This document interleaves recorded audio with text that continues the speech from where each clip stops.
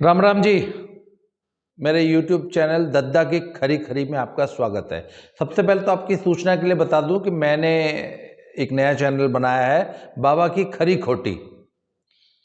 आप मुझे उसमें सब्सक्राइब कर सकते हैं, फॉलो कर सकते हैं। और अभी आज सुबह मैंने देवरिया कांड जो हुआ है यूपी में, उसमें क्या चल रहा है, क्या राजनीति हो रही है, अब तक क्या हुआ है, इस पर एक बहुत शानदार वीडियो बनाया है। आप बाबा की खरी खोटी यूट्यूब चैनल में लॉग इन करके आप मेरा वो वीडियो देख सकते हैं। और आपसे ये निवेदन है कि आप मेरे उस नए चैनल को सब्सक्राइब कीजिए और ज़्यादा से ज़्यादा मित्रों में शेयर कीजिए। अब आते हैं आज की बात पे। तब मेरे पिछले कई सारे वीडियोस में, जब से ये बजरंग पूनिया की एशियन गेम्स में परफॉर्मेंस आई है ना, तो बहुत सारे लोगों ने पूछा है कि सबसे पहले तो आप ये बताइए कि बजरंग पूनिया को लगभग 3 से 4 महीने का तैयारी का टाइम तो मिला ही था, और उसने 4 महीने जो भी तैयारी की, तो उसमें एशियन गेम में उसकी इतनी पुअर परफॉर्मेंस क्यों आई? तो सबसे पहले मैं आपको ये बताना चाहूंगा कि देखिए, बजरंग पूनिया जैसा पहलवान अगर 5-6 महीने प्रैक्टिस कम भी करे, जैसे इस आंदोलन के दौरान ऐसा तो है नहीं कि वो बिल्कुल ही घर बैठ गए थे, प्रैक्टिस तो वो कर रहे थे, पर यहां ठीक है, जितनी करनी चाहिए थी उतनी नहीं कर रहे थे। मेरे हिसाब से मेरा अंदाजा है कि जितनी करनी चाहिए थी उसकी 40-50% प्रैक्टिस वो प्रैक्टिस में थे। फिर आखिरी के 3-4 महीने उन्होंने अच्छी पहलवानी करी बताई, फिर भी परफॉर्मेंस क्यों नहीं आई?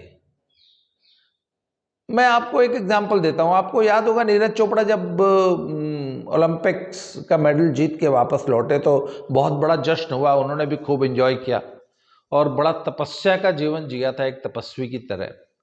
तो वो खुद बताते हैं कि जब मैं Asian world champion sorry Olympic में जब गोल्ड आ गया तो मैंने भी खूब मौज मस्ती की, थोड़ा पैसे भी कमाए, इधर उधर मॉडलिंग की, इधर गए उधर गए, दुनिया भर के स्वागत सत्कार हुए, घूमे फिरे, परिवार को समय दिया। तो वो खुद बताते हैं कि मेरा 12 किलो वजन बढ़ गया था और 3-4 महीने की फुल मौज रही। फिर 3 महीने बाद, 4 महीने बाद मेरे कोच ने मुझे पकड़ा कान से और मुझे ले गया कहीं विदेश में, शायद कैलिफोर्निया या कहाँ गए थे वो, यूएस में कहीं गए थे।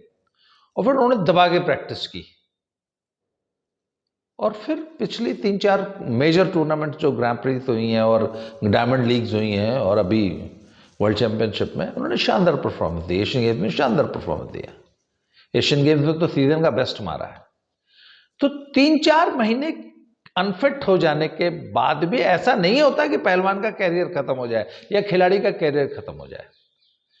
तो इतना सब होने के बाद भी बजरंग पूनिया ने इतनी पुअर परफॉर्मेंस क्यों दी? क्योंकि देखिए, बजरंग पूनिया की जो मैंने 3 कुश्तियां देखी, पहली वो बहरीन के लड़के के साथ, असल में वो नाम बहरीन का है पर वो है, he is a boy from Dagestan. और जूनियर वर्ल्ड चैंपियनशिप में उसका ब्रॉन्ज आया था सन 2021 में, ऐसा बताया गया। तो वो नया बच्चा है, उसके साथ भी जो कुश्ती थी वो बहुत ज़्यादा इम्प्रेसिव नहीं थी, बस किसी तरह 3-4 पॉइंट बना के, उसमें भी एक पैसिविटी का था, एक बार पुश करने का था और 1-2 पॉइंट का स्कोर बजरंग ने किया। अदरवाइज जो बजरंग का जो स्टैंडर्ड था उस लड़के के सामने, बजरंग को उसको 10-0 करना चाहिए था। उसके अलावा ईरान और जापान से तो आपने कुश्ती देखी ही है, उस पर कुछ कहने की जरूरत नहीं है। तो आखिर इतनी पुअर परफॉर्मेंस क्यों आई? और नंबर 1, नंबर 2, क्या बजरंग फिजिकली अनफिट थे या वो फिटनेस उनकी नहीं आई थी? देखिए, there could be several reasons. अब फिजिकल फिटनेस का लेवल क्या था, इस पे तो मैं बहुत ज्यादा टिप्पणी कर नहीं पाऊंगा। सॉरी, मैं जरा कैमरा अपने नजदीक कर लूं, तो उस पर तो मैं बहुत ज्यादा टिप्पणी कर नहीं पाऊंगा। पर बजरंग अपनी फॉर्म में नहीं दिखे, उनके रिफ्लेक्सेस स्लो थे, स्पीड में कमी मुझे नजर आई उनके एक्शंस में। पर मान लीजिए हम ये मान भी लेते हैं कि वो पूरी तरह फिजिकली फिट थे, पर भाई साहब, स्पोर्ट्स में सिर्फ फिजिकल फिटनेस ही मैटर नहीं करती है, बल्कि मेरा तो ये मानना है कि यदि टोटल फिजिकल फिटनेस के 20 4-5 कंपोनेंट्स बना दिए जाएं, जैसे strength, maximum strength, explosive strength, endurance, speed endurance, strength endurance, flexibility, speed, agility, सब कुछ मिला के इसके 20-20 अंक दे दिए जाए, मान लीजिए 5 मेजर कंपोनेंट्स के, तो 100 अंक मान लीजिए हो गए। तो फिजिकल फिटनेस के 100 अंक दे दिए अगर आपने, तो इन सब के बराबर एक और डिपार्टमेंट है, उसको भी 100 अंक देने होते हैं, वो होता है मेंटल फिटनेस। मेंटली आप कितने प्रिपेयर्ड हैं, मेंटली कितने टफ हैं। इस हो सकता है फिजिकल फिटनेस के एस्पेक्ट में बजरंग 100 में से 70, 80 या 90 स्कोर कर रहे हों। ये एशियन गेम्स खेलने गए तो उनको तो कायदन 100 में 100 स्कोर करना चाहिए। पर मुझे ऐसा लगता है कि जहां तक मेंटल फिटनेस की बात थी, उनको 100 में 0 मिलेगा। वो इस कंपटीशन के लिए मेंटली तैयार नहीं थे। He was not focused. उनके अंदर से जो उनकी जो बॉडी लैंग्वेज थी और उनके शरीर का उनके मस्तिष्क से जो तालमेल था, आपका एक मिनट, आपके शरीर में पूरी ताकत है, पूरे 100% आप फिट हैं, परंतु आपके ब्रेन को सुला दिया जाए या ब्रेन से आपके जो सिग्नल्स हैं, संवेग हैं, उनकी इंटेंसिटी कम हो जाए, तो आपकी वो स्ट्रेंथ एंड्योरेंस धरी की धरी रह जाएगी। अब तो कोमा में चले जाओगे या सो जाओगे, बेहोश हो जाओगे। आपकी कोई स्ट्रेंथ और एंड्योरेंस कम थोड़ी ना हो गई, पर दिमाग आपको उतने तीव्र संवेग ही नहीं भेज रहा। जी हाँ, आपका शरीर कुछ भी काम करता है तो सबसे पहले जो आपका ब्रेन है ना, वो आपके मसल्स को इंपल्स भेजता है, सिग्नल भेजता है, तब उन संवेगों की जितनी तीव्रता होती है उसी हिसाब से शरीर काम करता है। अगर एकदम हल्के सिग्नल आ रहे हैं तो शरीर आराम से काम करेगा। जैसे अचानक आपके सामने कोई अचानक बिल्ली आ जाए, आपके ऊपर कूद जाए, तो आप अचानक ऐसे करके ना, वो रिफ्लेक्स बहुत शार्प होगा आपका, क्योंकि आपके मस्तिष्क ने बहुत शार्प सिग्नल्स भेजे। तब Bajrang was not mentally prepared for a tough competition, इसलिए उसकी बॉडी ने उतना परफॉर्म ही नहीं किया जितनी जरूरत। अच्छा, अब क्यों वो मेंटली प्रिपेयर्ड नहीं थे? क्योंकि पिछले 7-8 महीने से ना वो बहुत ज्यादा मेंटल ट्रॉमा से गुजर रहे हैं। देखिए, मैं बड़ी साइंटिफिक बात कर रहा हूँ।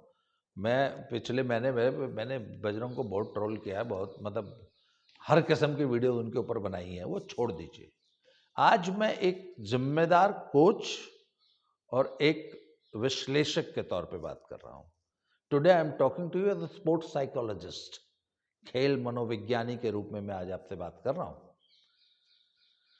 तो ना, बजरंग पिछले 8-9 महीने से बड़े भयानक ट्रॉमा से गुजरे। उन्होंने एक बयाना ले लिया, WFI के खिलाफ एक लड़ाई छेड़ दी और उस लड़ाई को अपनी नाक का सवाल बना दिया। उसमें बहुत सारे जो है प्लेयर्स इन्वॉल्व हो गए उस लड़ाई में, और वो लड़ाई ओरिजिनली उन्होंने सोची नहीं थी, पर वो बढ़ती चलेगी, बढ़ती चलेगी, बढ़ती चली, उसमें नए नए आयाम जुड़ते चले गए। फिर उससे उनकी व्यक्तिगत लाइफ, उनकी पत्नी उसमें इन्वॉल्व थी, उनकी फैमिली उसमें इन्वॉल्व थी। और होता क्या है कि ना, जैसे अमेरिका का किसी को चुनाव लड़ा तो पूरा इतिहास के कच्चे चिट्ठे खुल जाते हैं, तो इस लड़ाई में भी उनके परिवार के पूरे पारिवारिक हिस्ट्री निकाल दी गई और बहुत कुछ हुआ। उनकी पत्नी खुद एक कंप्लेनेंट थी, तो वो ट्रॉमा था, उनके ऊपर तरह तरह के आरोप लगा रहे थे लोग, और बहुत सारी बातें हो रही थी समाज में। उसके बाद उनका सिलेक्शन एक कंट्रोवर्सी बन गया। फिर सिलेक्शन के बाद वो उस कंट्रोवर्सी से भागने लग गए, जवाब देने लग गए, रोज हजारों लाखों लोग ट्विटर पे, फेसबुक पे, सोशल मीडिया पे लिख रहे थे, बोल रहे थे, उनके बारे में वीडियोस बन रही थी, वो उनको रोज पढ़ते थे, उनको देखते थे, उनका जवाब देते थे।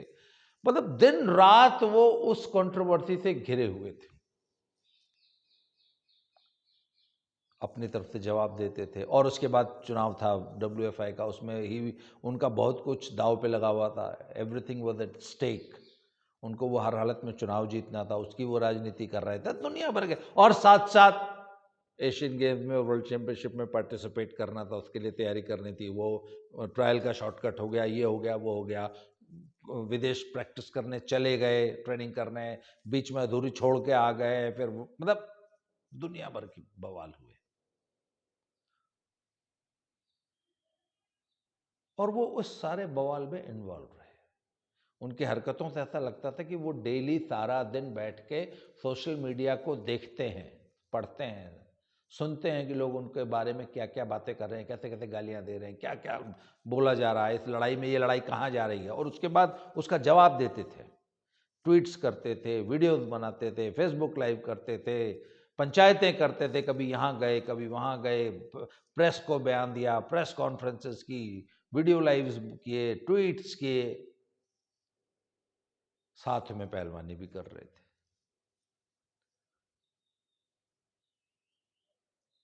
अंत तक कंट्रोवर्सी से जुड़े रहे। नतीजा आपके सामने। फिजिकल फिटनेस क्या थी पता नहीं हमें, पर मेंटल फिटनेस जीरो थी, ये उनके परफॉर्मेंस ने प्रूव कर दिया। अब अगर एक भाई ने पूछा कि अगर आप होते तो क्या करते, अगर आप बजरंग के कोच होते तो आप क्या करते। मैं आपको यकीन बताऊं, यदि मैं बजरंग का कोच होता, मैं उससे पूछ लेता, हाँ भाई एशियन गेम्स लड़नी है, हाँ लड़नी है, सिर्फ लड़नी है, उड़े जाके मैट पे लोट मारनी है, या मेडल देना है। जी मेडल लेना है। कौन सा मेडल लेना है भाई? जी गोल्ड लेना है। तो अगर तो वाकई गोल्ड लेना है तो भाई ये दो घोड़ों की सवारी नहीं चलेगी। पहले तो डिसाइड कर ले कौन से घोड़े पे चढ़ना है। जो लोग दो घोड़े पे चढ़ते हैं ना, उनकी टांगे से चौड़ी हो जाती हैं, और फिर क्या होता होगा आप कल्पना कर लो, मैं नहीं बताऊंगा। तो मैं बजरंग को ये समझाता, भाई दो घोड़ों की सवारी मत करे, किसी एक पे चढ़ ले। तो अगर तो पहलवानी चढ़नी है तो उस घोड़े का मोह त्याग दो 4 महीने के लिए। पर कैसे त्याग देता, वहां तो फेडरेशन का चुनाव हो रहा था, अध्यक्ष भी तो बनाना है अनीता शिवराण को, क्यों कर छोड़ दे। तो फिर एशियन गेम्स छोड़ दे, विशाल कर जान दे, फुल टाइम पॉलिटिक्स कर। ना एशियन गेम्स भी लड़नी है, मेडल ले आऊंगा, कम से कम 2 करोड़ रुपए थे आ जाएंगे। तो पहले तो मैं उसको समझाता कि अच्छा चल एशियन गेम्स ही लड़ लेते हैं, 2 महीने खातर छोड़ दे, और फोन ले लेता, फोन उसका बंद करा देता, उसके हाथ से फोन ही ले लेता।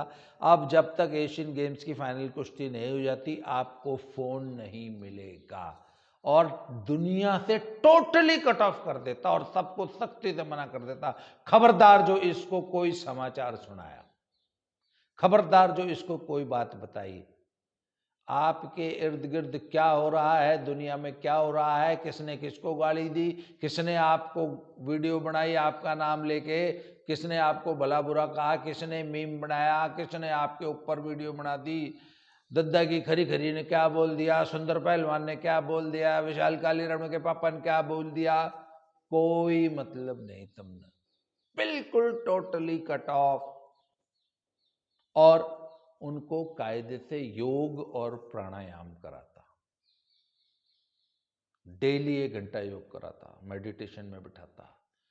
उनके दिमाग में जो आग लगी हुई थी ना, जो उथल पुथल मची हुई थी, सबसे पहले उसे शांत करता। उनके शरीर में जो उद्विग्नता थी ना, जो एंग्जाइटी थी, he was suffering from severe anxiety. और एक बात बताऊं आपको, हल्का फुल्का डिप्रेशन भी रहा होगा पक्का, हालांकि इतनी फिजिकल एक्टिविटी करने वाले को डिप्रेशन होता नहीं है, पर उस सीवियर एंजाइटी की वजह से कुछ न कुछ मानसिक दुष्प्रभाव जरूर पड़े होंगे। सबसे पहले उनकी बॉडी को मेंटली डिटॉक्स करने की जरूरत थी, और वो ये काम होता कंपटीशन से 2 महीना पहले। 2 महीना पहले जब वो पूरी बॉडी शांत हो जाती, उनको पूरे सिस्टम से कट ऑफ कर देता, उनको योग, प्राणायाम और मेडिटेशन करा के शांत करता पहले, और रेसलिंग पे फोकस करता। और जब तक शरीर का और मन का, मन और शरीर, देखिए मैंने बोला अगर 100 नंबर शरीर फिटनेस के हैं तो 100 नंबर मन के हैं। जब मन और शरीर एक तालमेल के साथ, तारतम्य के साथ परफॉर्म करेंगे तभी पीक परफॉर्मेंस आएगी। वो तालमेल नहीं था। मन उतने इंपॉर्टेंट इवेंट के लिए तैयार ही नहीं था, मानसिक तैयारी थी ही नहीं। वहां जाके लौट गए एकदम बुझा हुआ, जैसे ना हारा हुआ जुआरी जैसे, जो उसकी बॉडी लैंग्वेज होती है, जो उसके मेंटल उसकी कंडीशन होती है, वो उस कंडीशन से एशियन गेम्स लड़े थे। ये है असलियत, इसलिए परफॉर्मेंस खराब हुई है, यहां चूक हुई है। इसलिए आज मैं जितने भी पहलवान, जितने भी स्पोर्ट्समैन, या आप आईएएस पीसीएस की तैयारी कर रहे हैं, किसी कॉम्पिटिटिव एग्जाम की तैयारी कर रहे हैं, कुछ भी जीवन में कर रहे हैं, अपने जीवन में, अपने बिजनेस में संघर्ष कर रहे हैं, कोई भी लक्ष्य लेके चल रहे हैं, सबसे पहले अपने आप को मेंटली प्रिपेयर कीजिए उस सिचुएशन के लिए। मानसिक तैयारी साथ साथ चलनी चाहिए। अगर आप मानसिक रूप से तैयार नहीं हैं तो आपकी वही हालत होगी जो एक कोमा में पड़े हुए शरीर की होती है। सब कुछ है शरीर में परंतु कोमा में है। क्यों? क्योंकि मन, मस्तिष्क साथ नहीं दे रहा। सबसे पहले अपने आप को मेंटली प्रिपेयर कीजिए। This is the key to success. इसका ध्यान रखिए। लंबी वीडियो हो गई, 17-18 मिनट की हो गई। बड़ा गंभीर टॉपिक था, इसको ज़्यादा से ज़्यादा अपने फ्रेंड्स के साथ शेयर कीजिए। ये आपको लाइफ के हर फील्ड में मदद करेगी। और बी काम एंड क्वाइट। जो समझदार लोग होते हैं ना, वो संकट के समय और ज़्यादा शांत हो जाते हैं।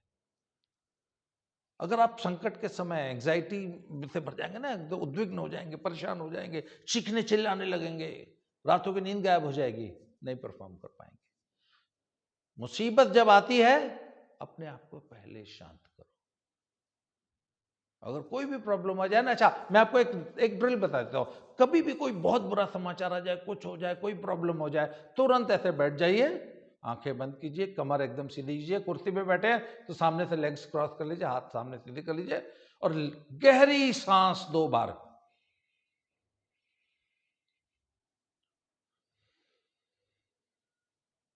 सिर्फ 2 बार गहरी सांस, खूब गहरी सांस लीजिए और छोड़ के देखिए। आप देखेंगे कि आप एकदम शांत हो गए। This is the type of pranayama, एकदम आपको शांत कर देगा। इसलिए कितना भी मेंटल ट्रॉमा हो, टेंशन हो, एंजाइटी हो, प्राणायाम कीजिए। आज के लिए इस वीडियो में इतना ही। अगले वीडियो में फिर से मिलते हैं। Thank you very much. दद्दा बाबा की खरी खोटी चैनल है, उसको सब्सक्राइब कीजिए, उसमें देवरिया वाला वो वीडियो देखिए। Thank you very much.